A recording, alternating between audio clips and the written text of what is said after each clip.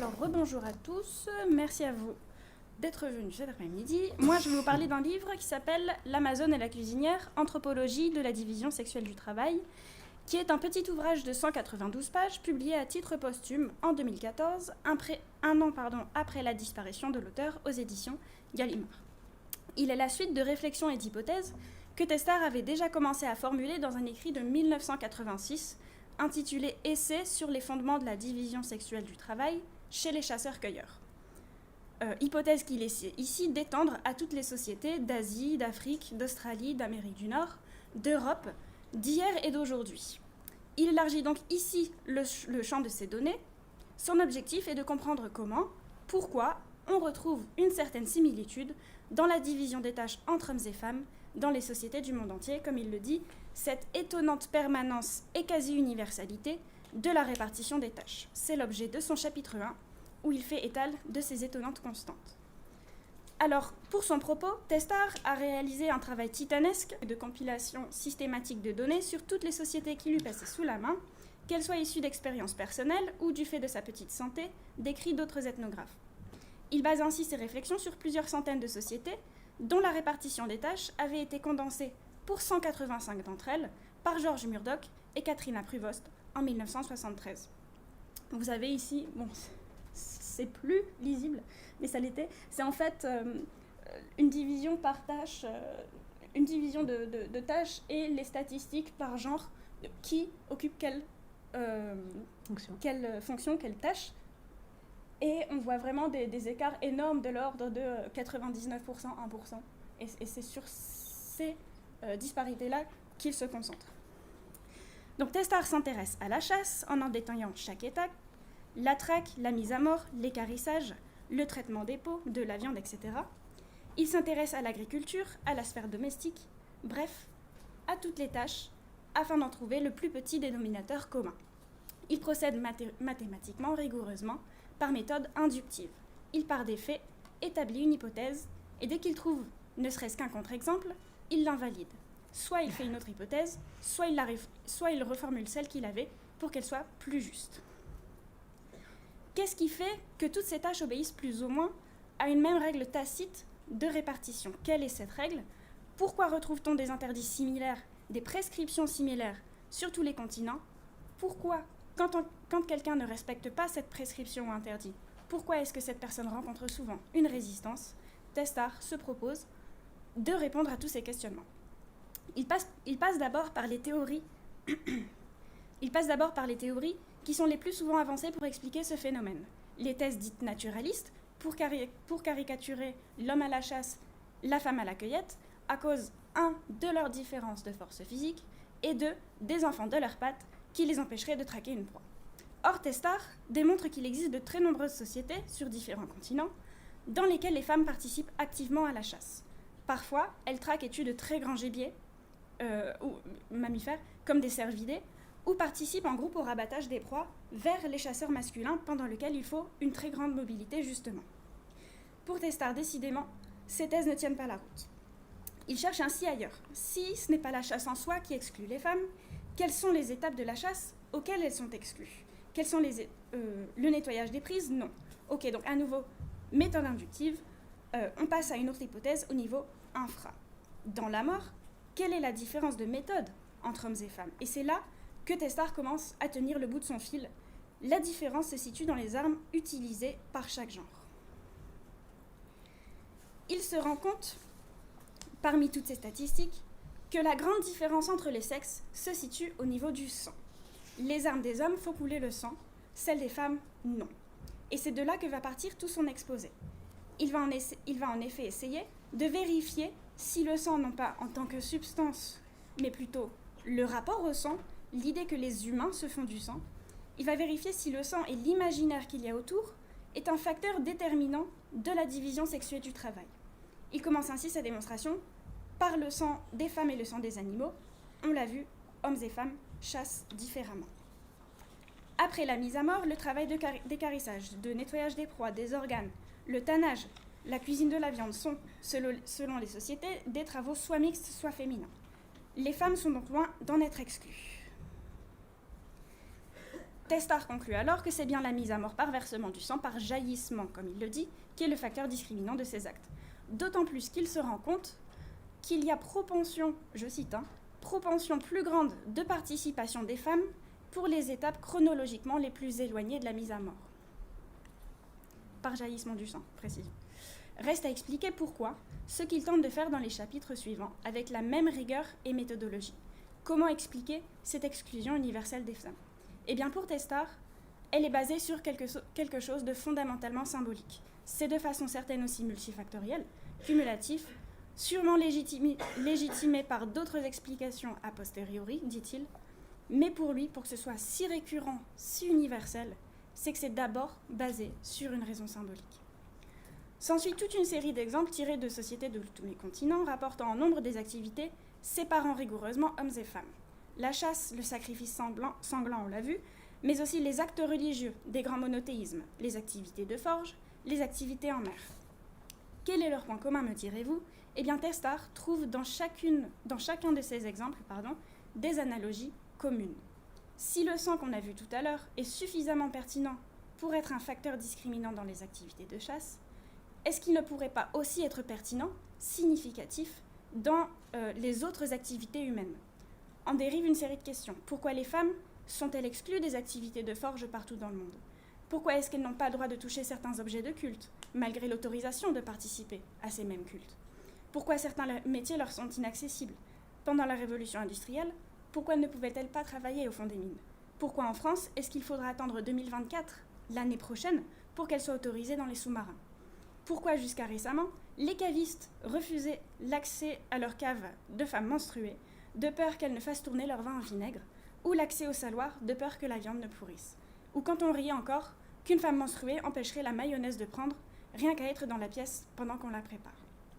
Chaque fois qu'il est question d'exclusion des femmes à certaines activités, Testard indique que l'on se trouve en présence d'objets qui les rappellent, elles, symboliquement, par analogie. Le sang de la chasse, tout d'abord, comme trop similaire à celui des menstruations féminines. La forge, quant à elle, ce serait le ventre de la femme. Combien de forgerons africains font même figurer des seins en terre à leurs fourneaux et utilisent le lexique des menstruations pour le métal fondu, rouge, qui sort vers l'extérieur. Pour les saloirs, dit-il, la clé, c'est le sel. Le sel, c'est le sang. Il y a bien longtemps que les ethnologues ont fait l'analogie entre ces deux substances. Et Testard, donc, procédant par itération, raffine à nouveau son hypothèse. Pourquoi cette division sexuelle des tâches ? Eh bien, parce que l'on ne saurait mettre, dit-il, deux identiques ensemble. Je cite, « On éloigne la femme, non pas de ce qui serait trop différent d'elle, mais bien de ce qui lui est trop semblable. » Il part de logique d'évitement des cumuls. Afin de vérifier cette dernière conclusion, il étend sa démonstration aux gestes techniques, associés typiquement au féminin moudre, piler, écraser, et les compare à ceux des hommes, percer, fendre. Quelle est leur différence flagrante ?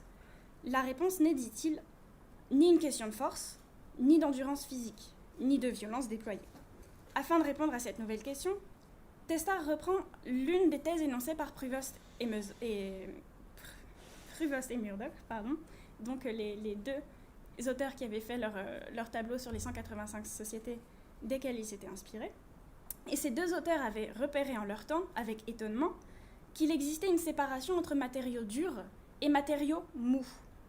Les uns travaillés par les hommes, les autres par les femmes, principalement.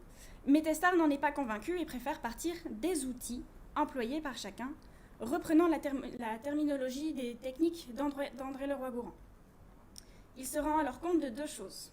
Je cite, « Les femmes sont absentes de ceux qui mettent en œuvre un outil travaillant en percussion lancée et linéaire ou ponctéiforme, ce qui coupe, ce qui pique, ce qui tranche, alors que les femmes peuvent utiliser toutes les formes de percussion posée, diffuse, tout ce qui est mortier, pilon, concassage, meule. Ce ne seraient donc pas les matériaux en soi qui seraient déterminants, pertinents, mais la manière de les travailler. Testard met cette conclusion provisoire à l'épreuve dans les 3 chapitres suivants, avec des thèmes agricoles, notamment avec la division sexuée des travaux de labour, de semis, ou dans d'autres régions du monde, à Culture sur Essart, l'abattage des arbres, plutôt une tâche masculine, débroussaillage et sarclage, tâche mixte ou féminine. Donc Testard étudie alors les outils utilisés par chacun des sexes au regard de leur mode de fonctionnement. Il s'intéresse au tissage, à la couture. C'est pas le bon diapo en fait. Il s'intéresse au tissage et à la couture. Il valide alors son hypothèse. Aux hommes, les outils à percussion, lancés, linéaires ou ponctiformes. Aux femmes, tout le reste, percussion, diffuse ou posée. Selon lui, les techniques masculines tranchent, percent, divisent. En soi, elles perturbent la matière en son fort intérieur, en son corps, alors que les techniques féminines ne resteraient qu'à la surface. Il tente alors de lier cette conclusion avec celle qu'il avait auparavant tirée sur le rapport au sang, au cumul de deux identiques, et explique « La femme ne peut perturber de façon soudaine les corps en leurs intérieurs parce qu'elle-même est sujette à de telles perturbations en son soi intérieur. » Il en arrive alors au dernier chapitre de son ouvrage intitulé « Pourquoi ?» On sait qu'on a cette division des tâches. Testard en trouve une raison principale de l'ordre du symbolique, ayant un effet bien réel sur les sociétés humaines. Maintenant que la division est expliquée, Testard se demande pourquoi, à quelle fin. Pourquoi ces interdits? Pourquoi, à l'inverse, certaines prescriptions? Pourquoi cet évitement du même avec le même?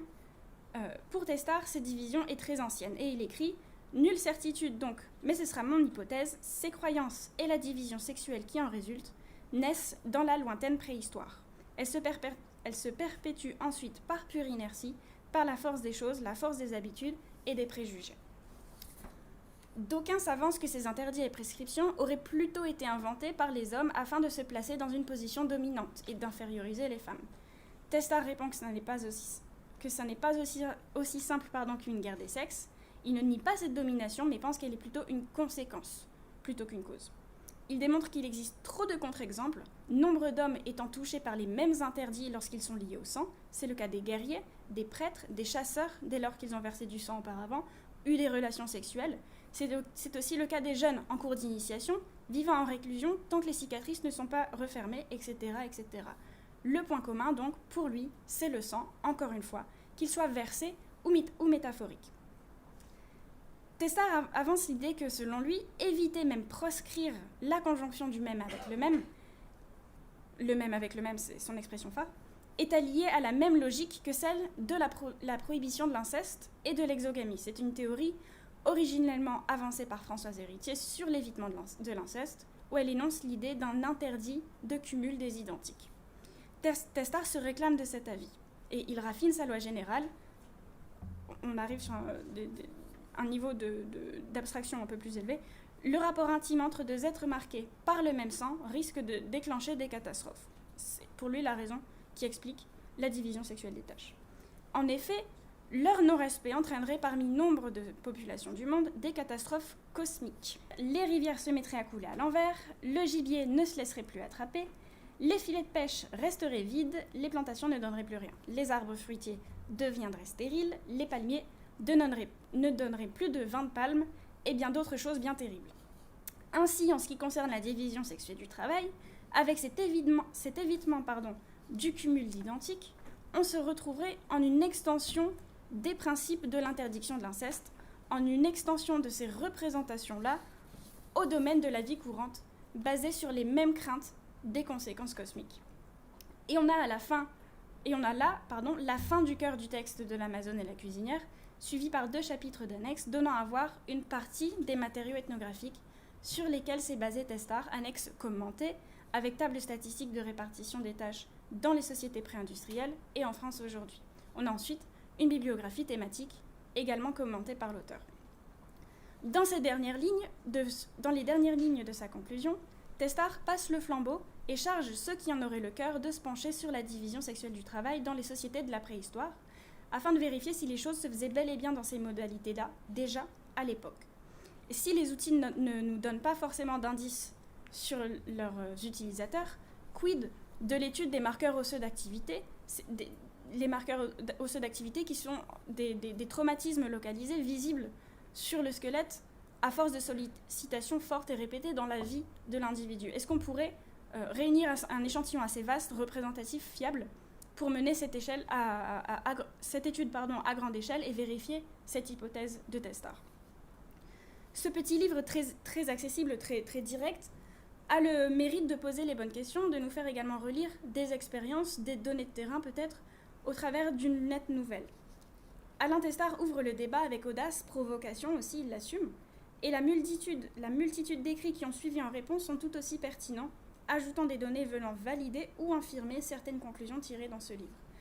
Pour ma part, je trouve la thèse de l'évitement du cumul du même avec le même, l'évitement du cumul des identiques, tout à fait pertinent. Je l'ai rencontré à plusieurs reprises dans plusieurs pays, que ce soit dans des contextes shinto, bouddhistes, animistes, en rapport avec l'impureté de la mort, du sang, des menstruations, de l'importance dans nombre de sociétés encore aujourd'hui, au Japon, en Corée par exemple, de jeter du sel sur quelqu'un, sel dont on a vu qu'il y ait une métaphore du sang qui viendrait contrer le sang des morts aux funérailles. Et c'est pas rare que, par exemple, à la fin des veillées funéraires, vous trouvez des paquets rouges en plus de sel que les visiteurs peuvent ramener à la maison et s'en asperger avant de rentrer à leur domicile.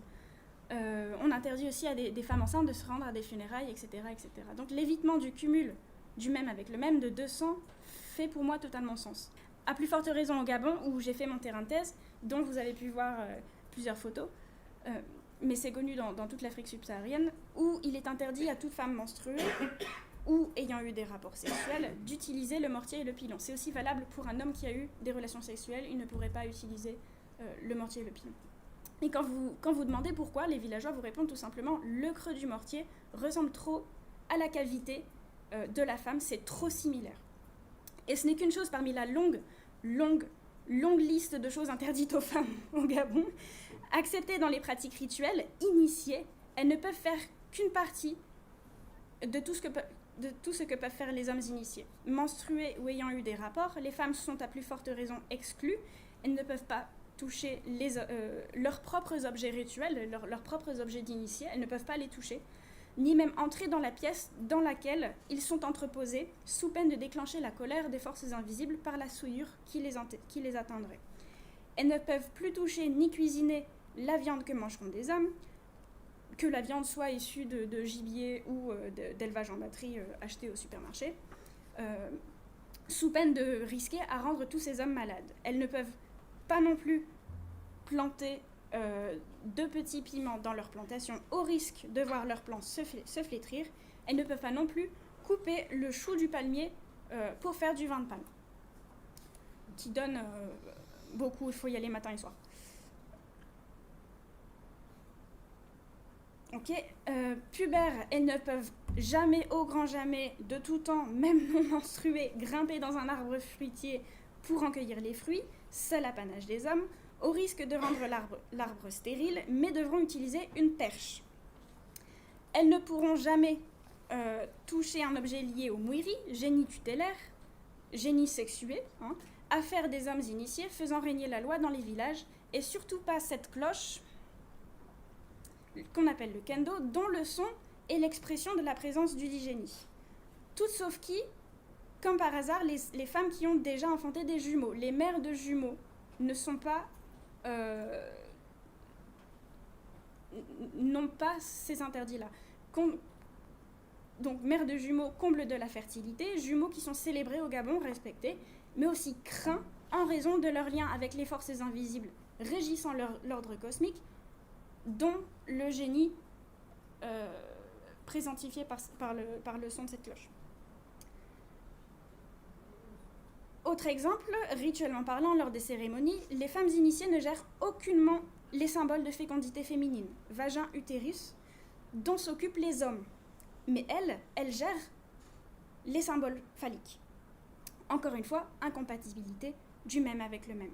Donc ce qui est passionnant avec la vision nouvelle qu'apporte Alain Testard, c'est qu'il permet de jeter une lumière novatrice sur tous ces petits actes du quotidien, mais aussi les gestes rituels, performatifs, des cérémonies, des sociétés initiatiques. Je n'ai pas trouvé sur mon terrain de contre-exemple en ce qui concerne en tout cas le rapport au sang et à l'évitement du cumul de 200, même par analogie, même en cherchant la petite bête. Je suis néanmoins moins convaincue par son approche sur l'intériorité des corps travaillés quand il avance dans la formulation risquée la femme étant sujette à de graves perturbations qui l'affectent en l'intérieur de son propre corps, elle évitera de produire de telles perturbations dans l'intérieur des corps qu'elle travaille. Ce qui déterminerait le type de gestes avec lesquels elle travaille les matériaux, ne restant qu'à leur surface. Je ne suis pas tout à fait d'accord avec ça. Est-ce qu'on ne pourrait pas s'arrêter, tout simplement, au moment où il explique les outils des hommes tranchent, percent, piquent, et pourquoi aller jusqu'au cœur des matériaux, en fait? Est-ce qu'on ne pourrait pas s'arrêter au fait qu'avec leurs outils, les hommes reproduisent symboliquement les gestes qui font couler le sang, qui font jaillir le sang? Non? Je fais une vraie question. Alors que les outils féminins seraient plutôt contondants ou, comme il appelle, si elles utilisent un couteau, elles le posent. C'est pas une percussion lancée, c'est une percussion posée. Et en plus, au Gabon, elles ne le font pas vers elles font absolument vers l'extérieur. Si vous avez le malheur, comme moi, d'éplucher une pomme de terre vers vous, vous êtes vraiment maladroite et vous êtes encore un bébé, quoi. Donc, ce qui collerait également avec sa thèse d'évitement du cumul du même avec le même, puisqu'on ne cumulerait pas femme et sang. Pour appuyer ce propos, j'ai un exemple. Dans les cérémonies de Bwiti et Mabundi que j'étudie au Gabon, de société à initiation, il est de savoir commun que se rejoue rituellement un accouchement métaphorique, entre autres choses. Eh bien, figurez-vous que malgré toutes les précautions rituelles et quotidiennes dont j'ai fait montre, pour éviter le cumul des sangs, justement, pour éviter ce cumul des identiques, eh bien, dans un cadre rituel, il y a une toute petite fenêtre pendant laquelle les femmes recherchent justement à faire couler le sang. Pendant une séquence de danse, j'ai pas de photo malheureusement, mais c'est juste après ça. Pendant cette fenêtre, les femmes doivent utiliser un couteau, attribut hautement lié à la féminité au passage, en dansant avec ce couteau, mais l'utilisant telle une arme, avec force de grands gestes, fendant les airs. Donc là, c'est clairement une danse, c'est pour atteindre et tuer, quoi. Et donc, voici ma question. Ne pourrait-on pas assimiler ce geste, ce moment précis, le seul moment pendant lequel les femmes, initiées seulement, sont autorisées à utiliser un couteau dans le but de faire couler le sang, même de façon métaphorique? Ne pourrait-on pas assimiler ce geste comme le seul pendant lequel on ne craint pas le cumul de ces deux identiques? Ce serait l'exception qui confirme la règle de Testard, puisqu'on mettrait en rapport 1. Une femme pubère en âge de procréer initiée, avec 2. Le sang de la plaie faite par son couteau, lors justement de la cérémonie qui est un accouchement métaphorique où il faut qu'il y ait le sang de la parturiente. Donc ce qui expliquerait cette autorisation exceptionnelle, c'est vraiment la seule fenêtre, et ce qui expliquerait aussi les exceptions faites aux jumeaux et parents de jumeaux, qui sont vraiment le comble de la fertilité. Je terminerai là-dessus. Je vous remercie.